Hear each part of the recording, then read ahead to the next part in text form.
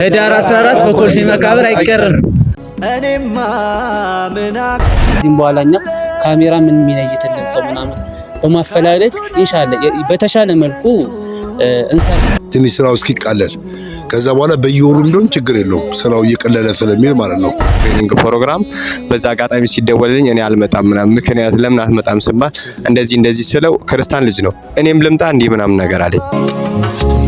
ባጣ ለፍላጎቴ ግራ የገባኝ አቅመቢስነት ደካማነቴ አንገት ቢያስደፋኝ ፀሐይ ጨረቃ ባይደምቁ ለኔ በብርሃናቸው የተሰበረ ቀልቤን ባይገዙት በውበታቸው